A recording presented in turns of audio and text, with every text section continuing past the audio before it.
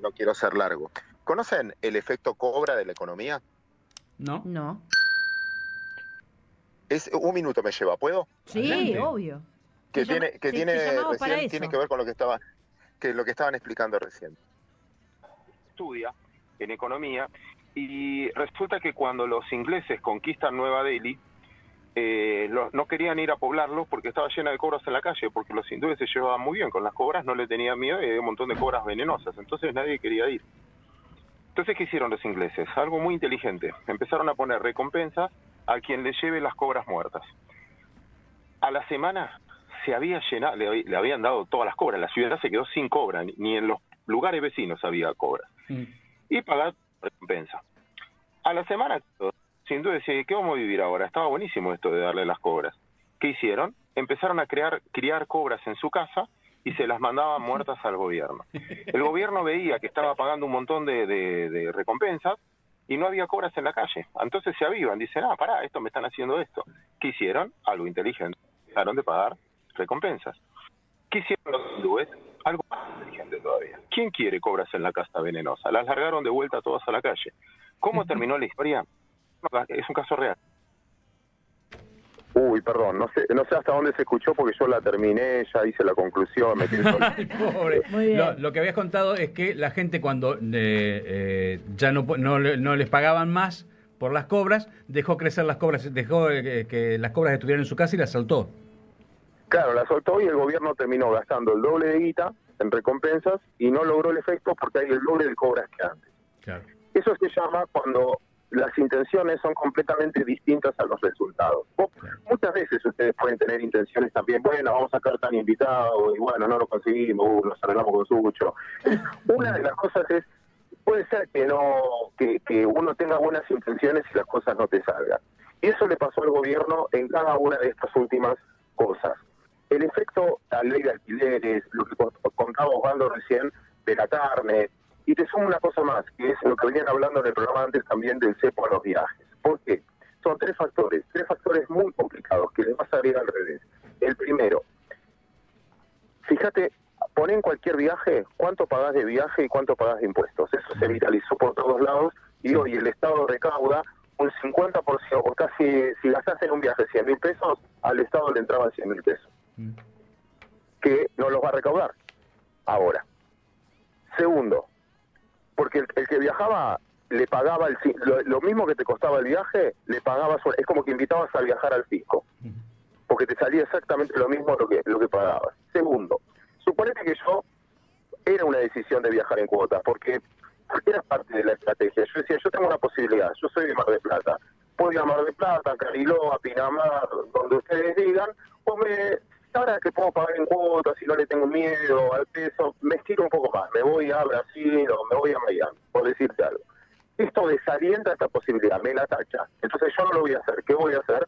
Voy a ir a Pinamar, a Mar del Plata o lo que fuera. Como no aumenta la plaza turística, voy a competir con gente y va a hacer subir el precio, porque el departamento, el hotel, tiene la misma cantidad de plazas con más demanda ahora. Con lo cual suben los precios. Con lo cual yo quizás sí lo pueda pagar, pero uno de más abajo, uno que apenas llegaba a Mar del Plata, ahora le va a salir más caro. Con lo cual estás dejando sin vacaciones al más humilde.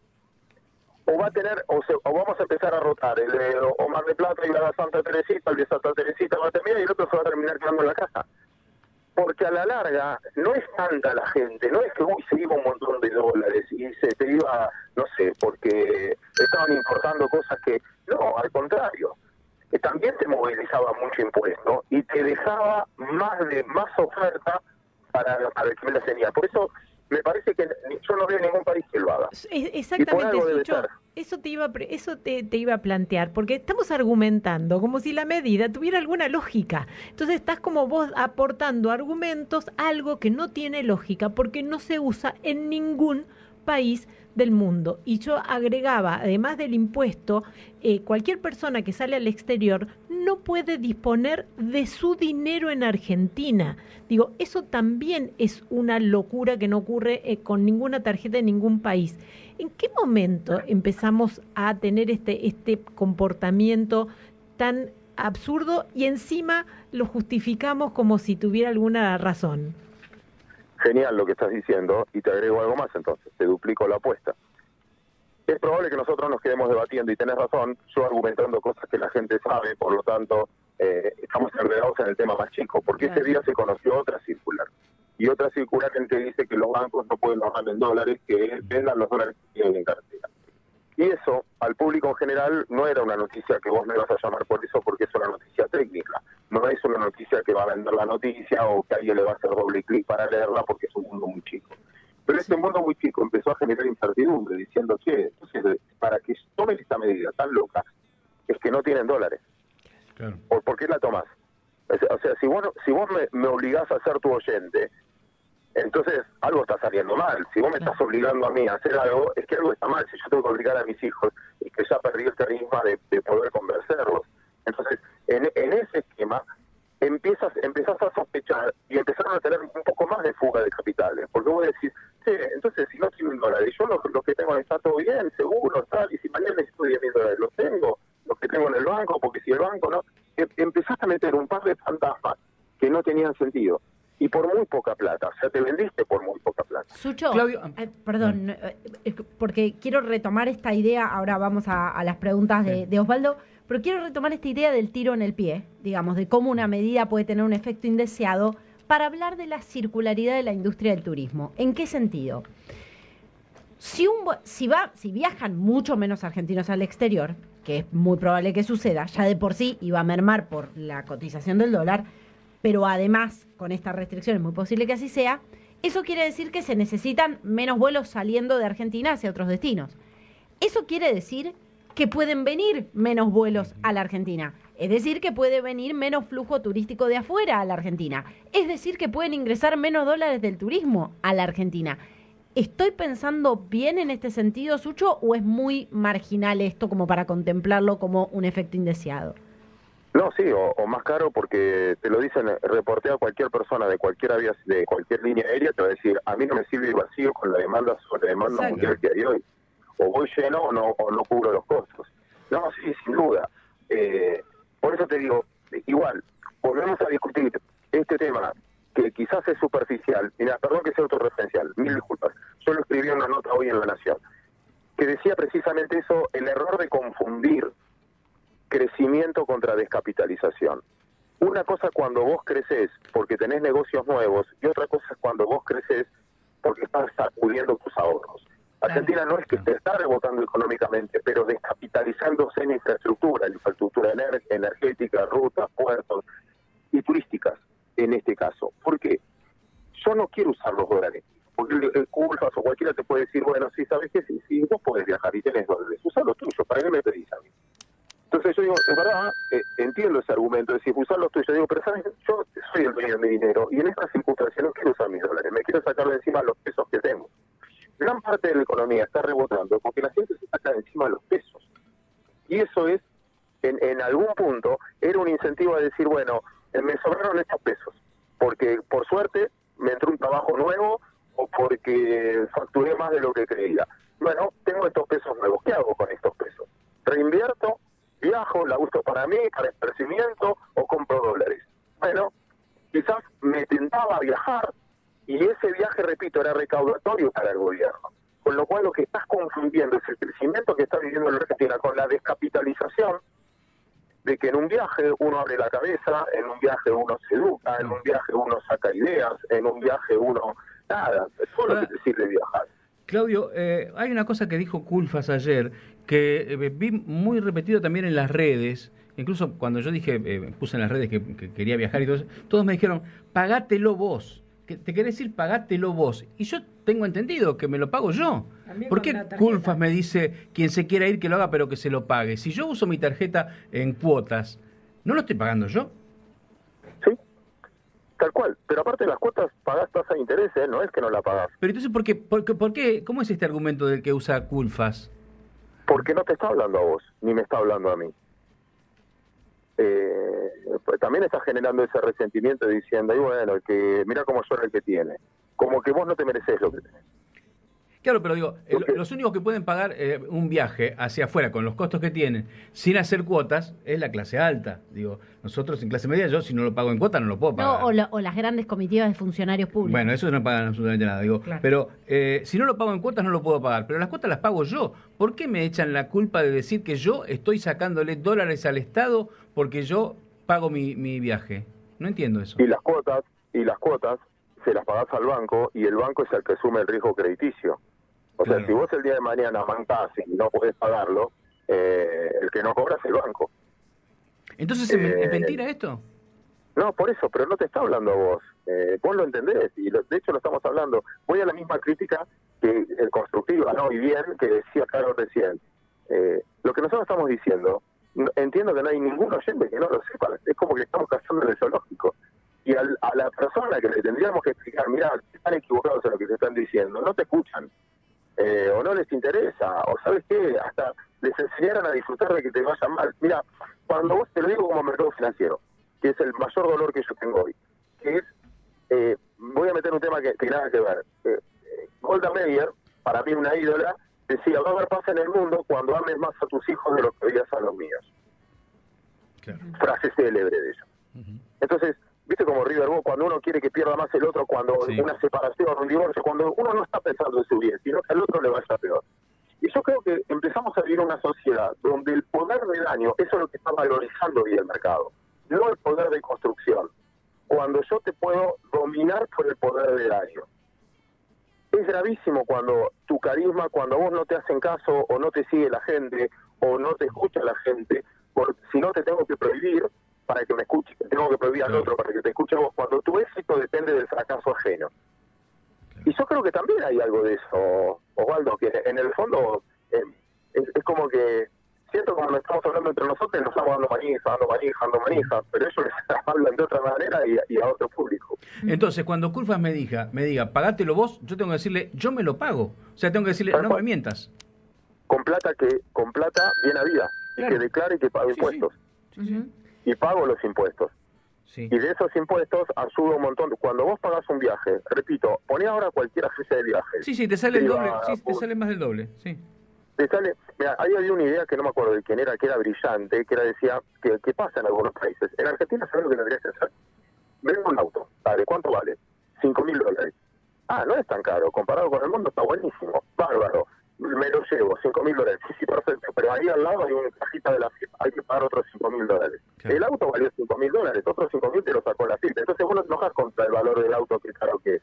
Claro. Te compras un alimento, un yogur o lo que fuera, un kilo de carne. Y le pones el precio real de lo que cuesta la carne. Y después le separás todos los impuestos. ¿Viste? Cuando vas a estar bien el TAC. Viene aparte y te lo tenés que calcular porque vos habías sacado el precio con lo que valía. Bueno, acá, para entender que el que está viajando le está pagando el viaje a otra persona, le está pagando un montón de impuestos. Pero un montón de impuestos. Bienvenido que taxes entonces.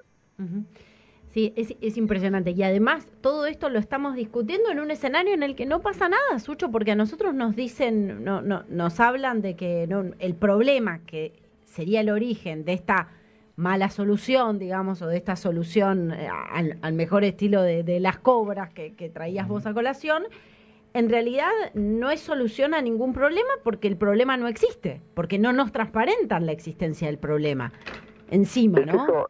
Lo que pasa es que también eso es un microclima, porque en el fondo, y ahí déjame autocriticarnos también, perdón, es domingo a la mañana. Está muy bien, Sucho, está muy bien. Es la catarsis, algunos que están a la iglesia, están a la sinagoga, pero bueno, cada uno que busque lo que fuera. El microclima nuestro, ¿cuántas personas estarán o leyendo un diario, no importa la ideología, o viendo tele, o con lo que informan hoy en las redes? Sí. Y hoy los datos son indiscutibles, porque en el fondo vos estás construyendo un relato, y ese relato no lo está leyendo la mayoría de la gente. ¿Vos crees que la gente, y lo viste en la votación, no se da cuenta que le falta el agua cuando abre la canilla? ¿Vos te quedas gente que la gente no siente inseguridad cuando camina con las manos en el bolsillo? ¿Cuánto es que le pasó a lo que vi en la tele? Le pasó a mi tío, a mi vecino, me pasó a mí, le pasó al de al lado. Que esos son los factores principales. Es mucho más importante que la situación económica. Mucho más importante la situación económica es la sensación de incertidumbre y no sabes si volvés, si no volvés, el miedo. Vivir con miedo, vivir con que miedo, vivir con pánico. Yo siempre pongo el mismo ejemplo de un avión. Un poquito cuando vas con un avión, hablando de viajes y mezclando los temas, y el avión se empieza a mover, y turbulencia, y vos no aguantás más, le decís al piloto, tiralo, basta, hermano, tiralo. Porque no querés, bueno, esa sensación de pánico permanente, de dónde sale hoy, quién me insulta hoy, quién me grita, ese estado en el que vivimos todos. Yo creo que la gente lo vive. Yo no le tengo que explicar la inflación a la gente, si encima lo explico tarde, porque cuando sale el índice es un mes después. La gente ya lo vivió, ya sabe lo que es los precios. Claro. Entonces, me parece que subestimar los datos, por más que yo te diga, caro, algo, no sé, saben qué lindo el cuentito que tengo, de lo que fuera, la gente ya escuchó, ya no les tengo... Esa subestimación me parece que pasa en el mundo, por eso los políticos no tienen ni 25% de popularidad en ningún lado del mundo, ni en Alemania, ni Biden, porque quedaron afuera de un sistema de comunicación completamente distinto. Osvaldo, vos debes ser uno de los chicos más seguidos, o al menos yo, y más divertidos en términos irónicos, si quieren, más que divertidos. Y yo estoy seguro, perdón que diga esto, quizás me equivoco de decírselos en la radio, pero te debe escuchar mucho más gente y seguir mucho más gente en lo que publicás en tu ironía en la red que en un espacio que puedas tener una columna en algún lugar. Es probable, sí. Sí. Bueno, y eso la gente, nada, yo creo que estamos todo el mundo, y el sistema político sobre todo, se llevó una sorpresa en Chile, se llevó una sorpresa en Colombia, y no importa la ideología, si es de derecha, se está llevando una sorpresa enorme, no sé, la gente en la calle en Cuba, claro, fuiste abanderada mostrando lo que sentía la gente en Venezuela, no lo que decía el diario ni lo que fuera, lo dejabas hablar. Bueno, te digo, Claudio, que la nota de Adriana de hoy en La Nación habla exactamente de eso. Te la recomiendo profundamente. Gracias, sí. Adriana, uy. No, pero hicieron un team un poco, que es la selección. Un poco me parece que lo que resulta es que hay mucha gente que no está siendo escuchada y mucha gente que habla demasiado y que tampoco se escucha a sí misma. Entonces me parece que entre esa inmensa cantidad de gente de la que vos hablás y esta clase política cada vez más sorda, cada vez más encerrada en su propio discurso, me parece que estamos encontrando la peor de las grietas. Sí, y yo estoy seguro que esto termina... perdón, también lo mismo, y Adriana también, estoy muy elogioso hoy, pero no tengo nada que explicar que ya no haya explicado antes. En un mundo hoy anárquico, donde es el mundo de los usuarios, no de los propietarios, el mayor flota de taxis en el mundo no tiene un solo taxi a nombre propio. El mayor vendedor de finanzas en el mundo no tiene ningún depósito. El mayor vendedor de información en el mundo no produce nada, no sé, perdón que de nombre, Google en este caso. El mayor vendedor de pasajes, el mayor vendedor de hoteles, de lo que fuera, no son propietarios de nada. El mundo hoy se rige por usuarios y encima está prohibido. Vos decís, pero tal compañía está prohibida. Sí, pero todo el mundo la usa. Y Airbnb está prohibida en Miami.